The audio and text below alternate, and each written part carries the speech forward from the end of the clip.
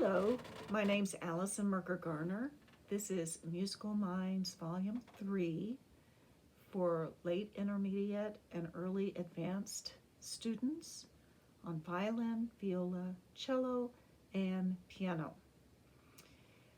This particular video is going to focus on Renaissance and Baroque dance. And I've already done one video on ground bass, which I recommend that you do before you do this one if you are wanting to participate. The dances that we have in the Baroque period evolved from dances that occurred before. And we're going to start with a dance that is from, this is a French dance from Provence from 13th century. So this is not the Baroque period. This actually is pre-Renaissance. This dates back to more of a medieval period.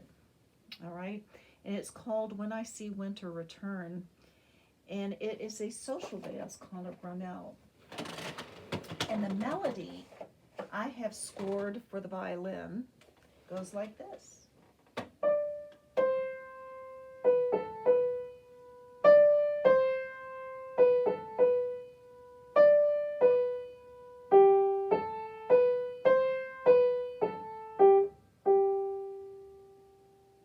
I'm going to play it again because we're going to learn it by ear on your instrument.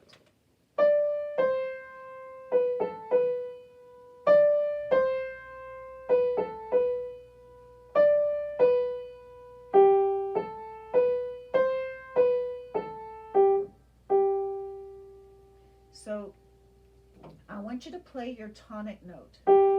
That's G. So play a G and play your dominant note, D. And this tune was written before that was firmly established. That's why it sounds just a little unusual to our ears. It is not functional harmony yet. But for the purposes of our learning it, it helps to think of tonic G, dominant D, and all the notes that happen are those or in between. So here I'll play it again.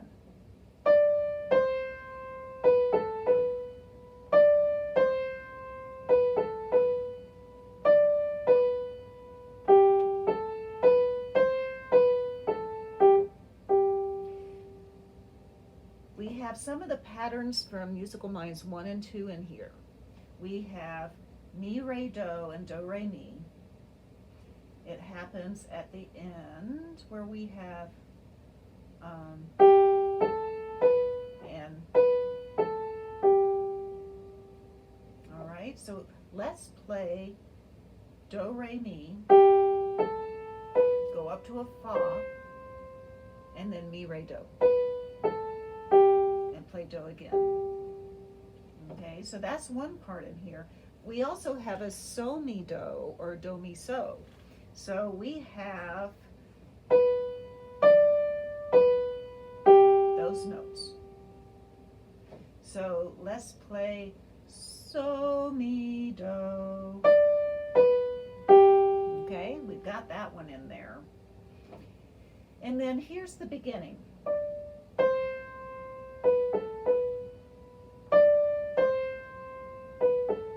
Same phrase twice. Let's try it. Start on your D note. Ready, play.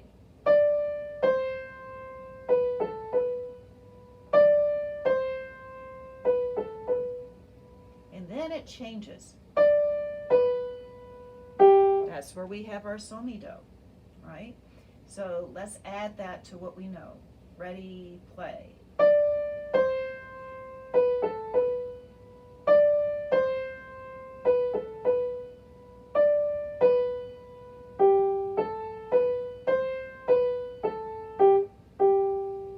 Ends with that Do, Re, Mi going up to the Fa and then Mi, Re, Do. So we can do that. So let's play it from the beginning.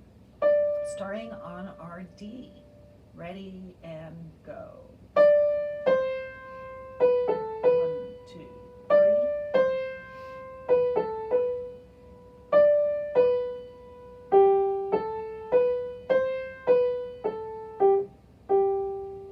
So there is a dance to this, and there are more parts to this. We're not doing those on this video. We really need a group class for that.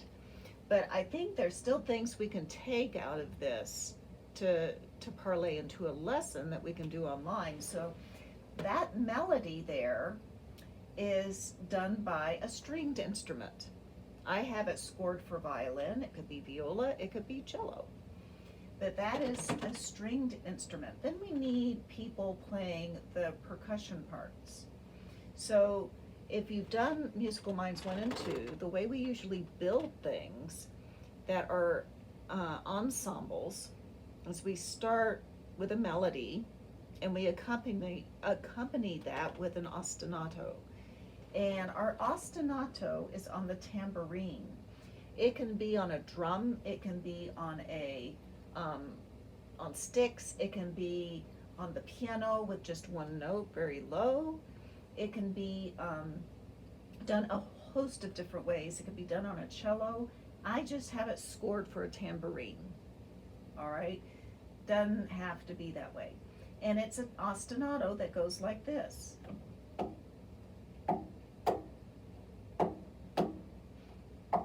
And then we change it.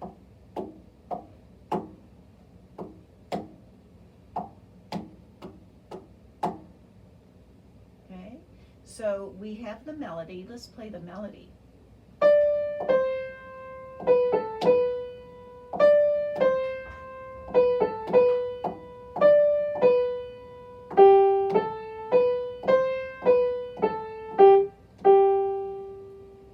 This time, I want you to tap the ostinato. Now, it's not a strict ostinato, is it? Because it does have twice.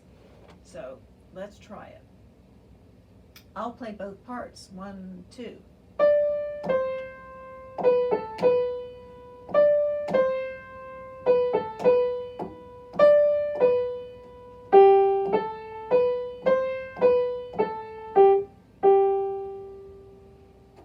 And then there's another ostinato part that does remain an ostinato, and that I have the drum playing. But once again, if you have, just knocking on the side of an instrument would work. It would be resonant enough, and it goes.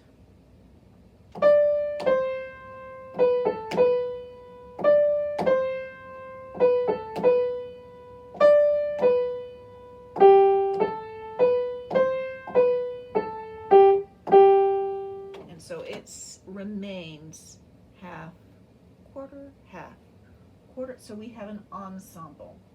Now, a lot of the music from this time period was performed by traveling musicians.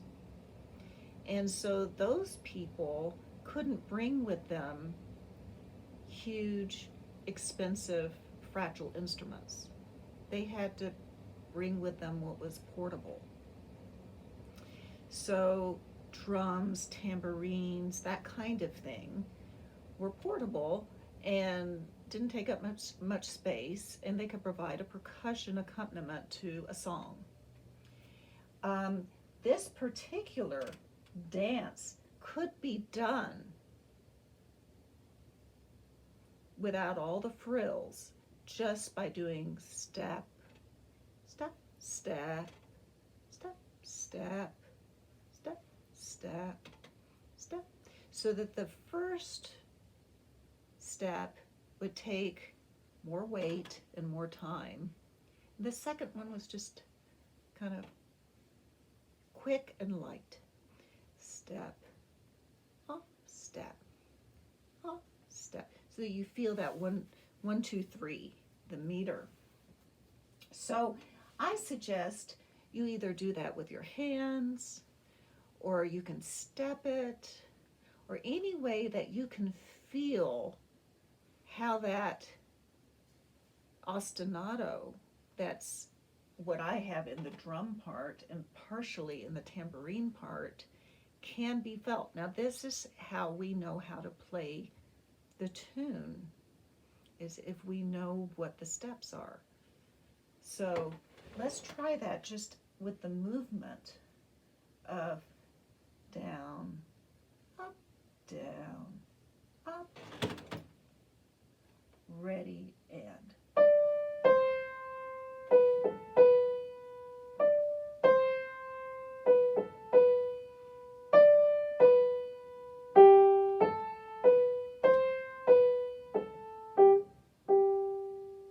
Okay, now this is a piece from France. I chose it intentionally because what we're establishing here will be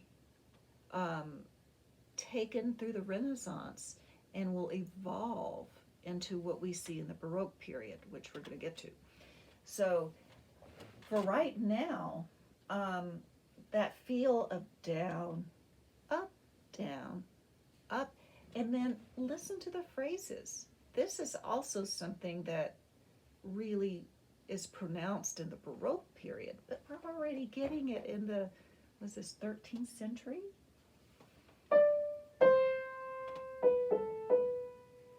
One phrase. Another phrase.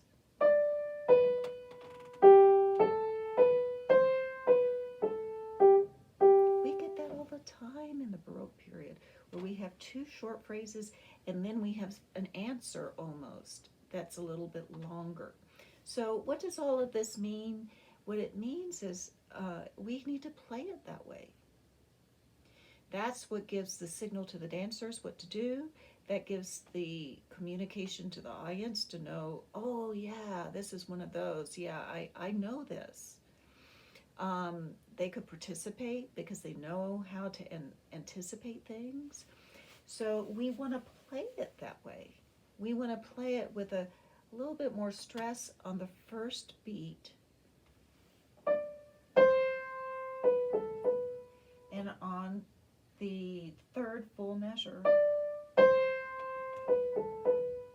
and then the next, what would be the fifth full measure,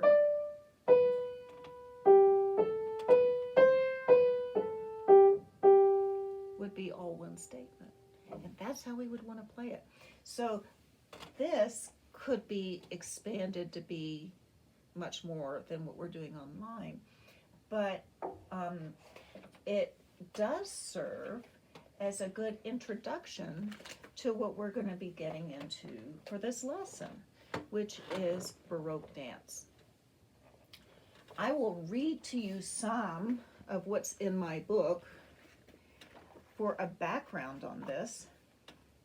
Dances were often organized into suites, and there were two different suites that you could see in the Baroque period. You could see a suite that was all made up of the dances, and that would often be called a partita or a suite. And then you would have one that was not made up of dances, but movements that had tempo markings like moderato or allegro or adagio. And those were often the church sonatas. They were made up of different movements, just like the partitas, but those could only be played in church. They were sacred. The things that we did for parties were the partitas. They were the dances. We're focusing on the dances. We're not really going into this, though we'll allude to it because they connect. They actually, there's a lot of give and take between the two forms. So the dance suite. The chaconne that we just did in the previous video by Handel exemplifies one kind of variation used by composers in the Baroque period. Other variation styles not using a ground bass emerged from the 15th and 16th centuries, just a little bit after Return of Winter that we just did. These dances included allemande, courante, sarabande, minuet, gavotte, bourrée, siciliano, and gigue.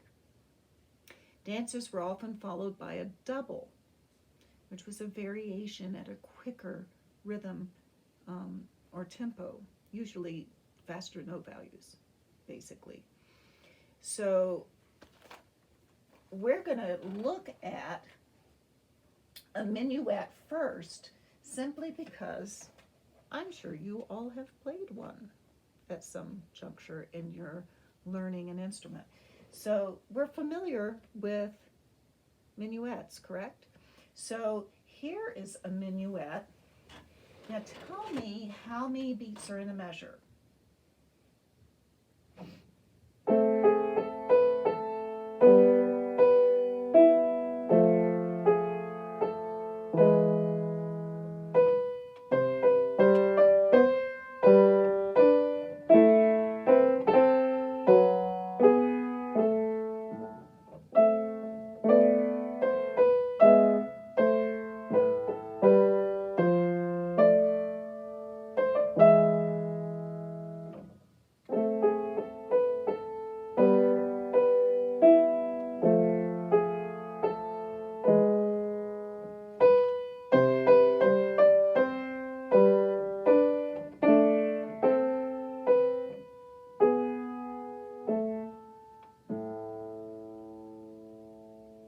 So I apologize for mistakes. The notes are really tiny today. So this is a minuet in A minor by Purcell. And Purcell is an English composer from the Baroque period. Now, I asked you at the beginning how many beats in a measure for a minuet? 3. Dun, dun, bum. So just like we did with the last thing, we're just adding another note to it or another step, but we still have that feel that we had in the previous piece. Now, this is something that I think is maybe familiar to those of you who did the video before this.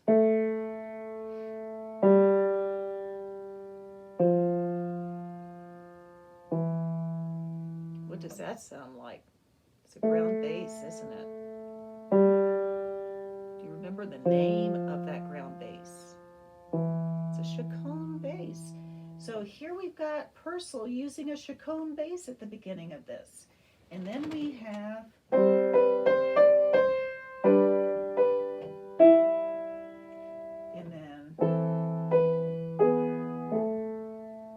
so what are those chords? We're in A minor. So that's a C chord. Oh my goodness, that's a 6 chord. And then we have a G chord. Well, that sounds a little more familiar, doesn't it? So that's a major 7. Now we're getting into the dominant, the E major, and then A minor. So we have a chaconne bass, and then we have some other things going on, but end with a dominant, a 5 to a tonic 1. So the things that we did in the last video, we really worked on the cadence and the chaconne ground bass. So here we have it in this minuet. So if you were to dance to this, the dance for the minuet, once again, I'm not going to show you how to dance the minuet. I don't think that we need to do that. You can always look online and see how that was presented. In costumes, there are many of those out there that are really well done. But we're not going to do that here. What I want you to think about is how we need to perceive it as musicians playing the music for the dancers, right? And so let's apply what we just did in the medieval piece to this Purcell. So we've got 2 measures.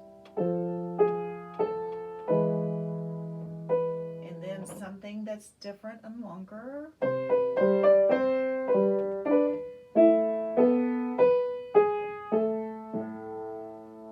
So the same phrase structure and the same meter. So we're going to still feel that actually, if you wanted to move to this, it would be, you would bend your knee on the first step and then two steps that would be on the balls of your feet. So down, up, up, down, up. Then you would be alternating where the stressed note is. But that would give you a good feel for minuet. Now, just by way of explanation, and this is going to be very quick, and I wouldn't do this in a group class so quickly. We would just focus on one. But the dances that we have from the medieval period through the Renaissance are really the same dances we have in Baroque, except in Baroque they're more stylized. Now think ballet, because the beginning of ballet was during Louis XIV in the 1600s, France. That's the beginning of ballet, when everything started to get pointy-toed and very specific what the steps are. The turnout started then with the feet, and then the arms had to be arranged a certain way. You couldn't just let them hang there. There was prescribed positions and prescribed steps. It's the beginning of ballet. So that said, we're going to go through the basic movements that I will refer to in teaching how to play these dances. Walking steps, slow steps. We've done some of these in previous videos, right? Okay, running steps, and then step leap,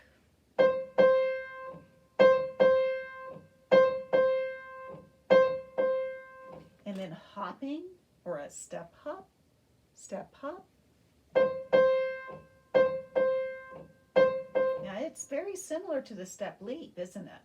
But the difference is a step hop is step hop, step hop, 1, 2, 3, 1, 2, 3, 1, 2, 3. And the step leap is an eighth to a dotted quarter. 1, 2, 1, 2. Right? These are all basic dance steps that make up the dances that we're studying. Skipping.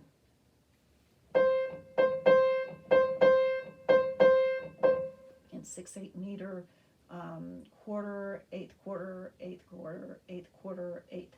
And then sliding is your dotted rhythm that we did in a previous video, dotted eighth to 16th. And then galloping, the reverse of that. Okay, a lot of the folk dances that you get in this period have those steps, and they're prescribed to the rhythm, and so are the more formalized dances.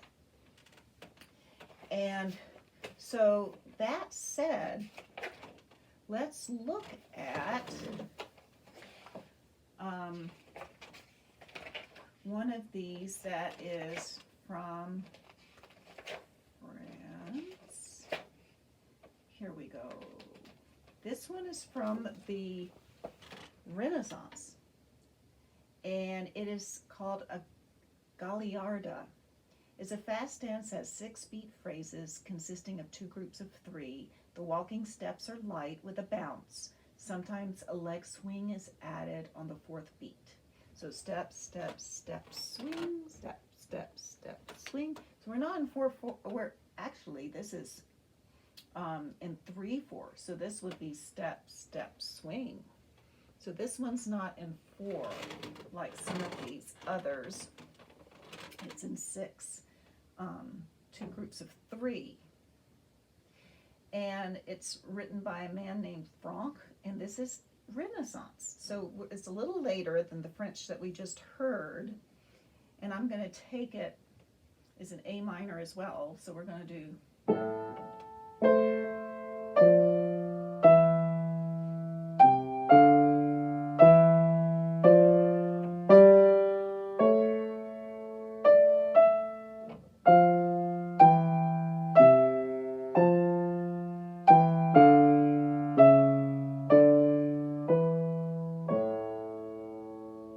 okay. So think of step, step, swing, step, step, swing, step, step. You can try that, hands behind your back, and do that. Step, swing while I play it. And the strong beat is the first note of every 6 beats. So dum, like this.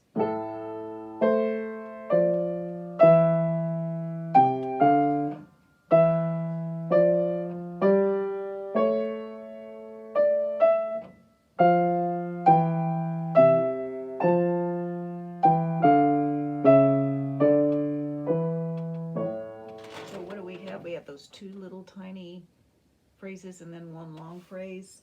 Did you hear that? And then we're going to do our step, step, swing. Ready and go. Step, step. Step, step.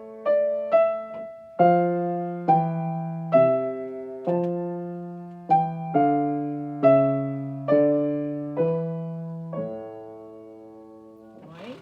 Yeah. Now this is scored so that you can play it. You don't have to just listen to it. You can play it. I have it scored for violin and cello, but it can also be done on other instruments. The thing about the Baroque period is that we haven't gotten into writing for specific instruments yet, so you can change the instrumentation at will. Just with whatever you have available is fine. So now let's move on to the Leclerc. So this is a sarabande, and this particular, I'm on page 65 in the textbook, and I have you marking the score for the meter 3/4, which is what we've been doing, and it's French, and it's a dance, which we've been doing. This particular piece is in G minor. Yeah, and it's a snippet, so it's not gonna resolve well. So that's just the way it goes.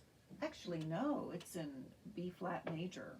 So the melody goes like this.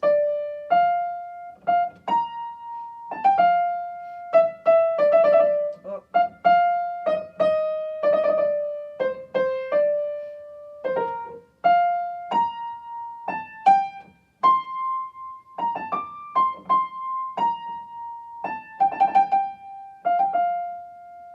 So we end up in F major. We end up in the dominant.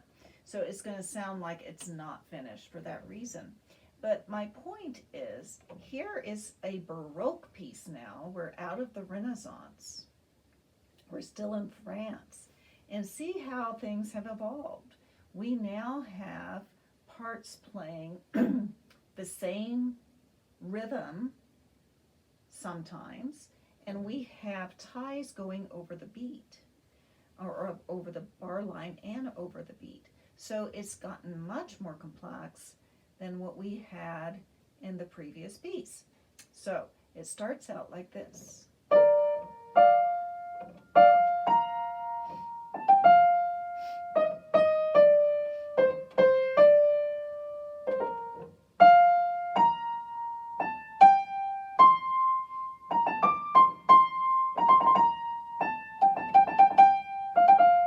So we start out parallel motion,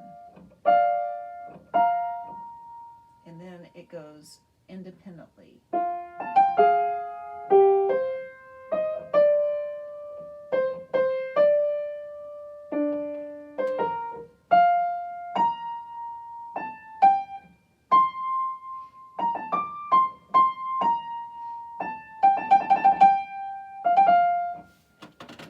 So we now are starting to get more of a feel of a key.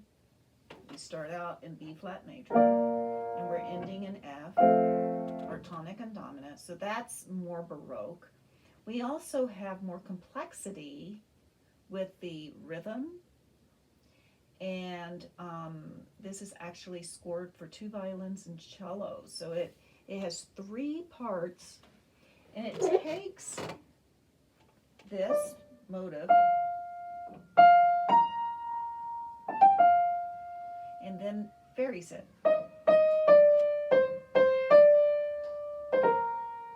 So there are 2 little phrases, and then we have our long one. So that harks back to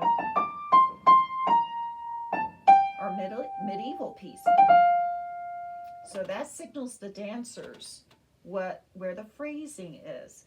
Now we could use that step, step, swing on this same piece, but look how much more complicated that is, because we are now getting into compositions. Compositions are made for listening and not so much for dancing. So here we go. Step, step, swing, step, step.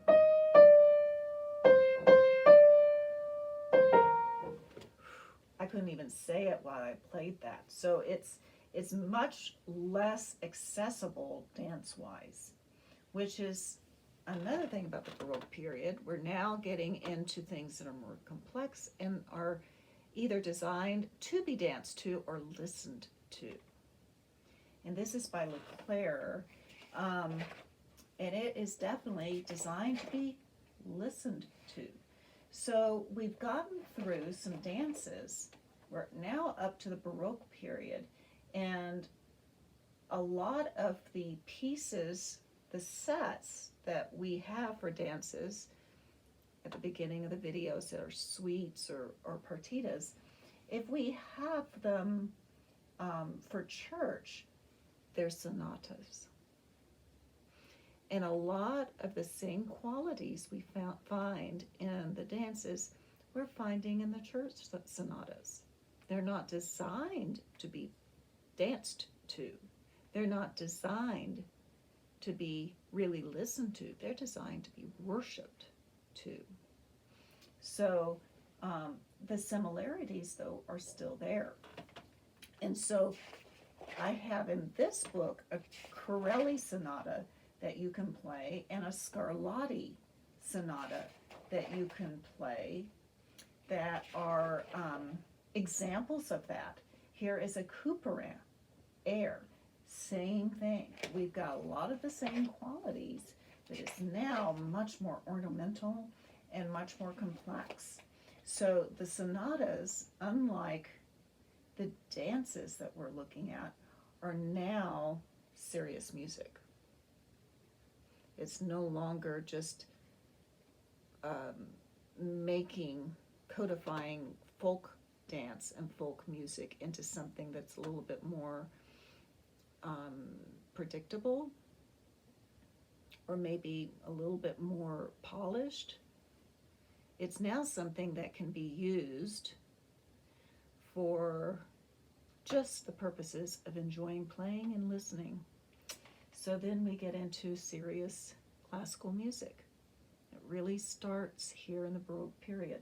So with the chamber, and once again, I cannot do this online, but in the chamber book, we have the trio sonata in C by Boyce, which is scored in this for 5 parts, piano, 2 violins, viola, and cello.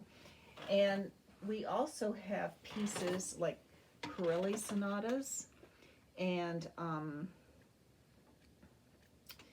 we have a masque from an English masquerade that is more from the late Renaissance, early Baroque.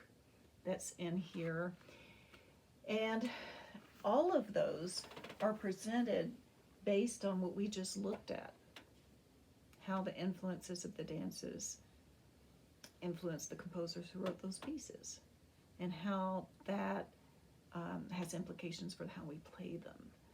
And so that's where the chamber book would come in. So I used in this the volume 3 books, the text, the reading, and the resource books, and then the chamber would be something separate from that once you've done the other 3. So gives it some context. So I hope this video has been of some interest to you. It's a challenge for me to do dance online and to do some of these chamber things online. So it is certainly having to be modified, but I think that you get some idea of what my focus is in my teaching at this level. Thank you.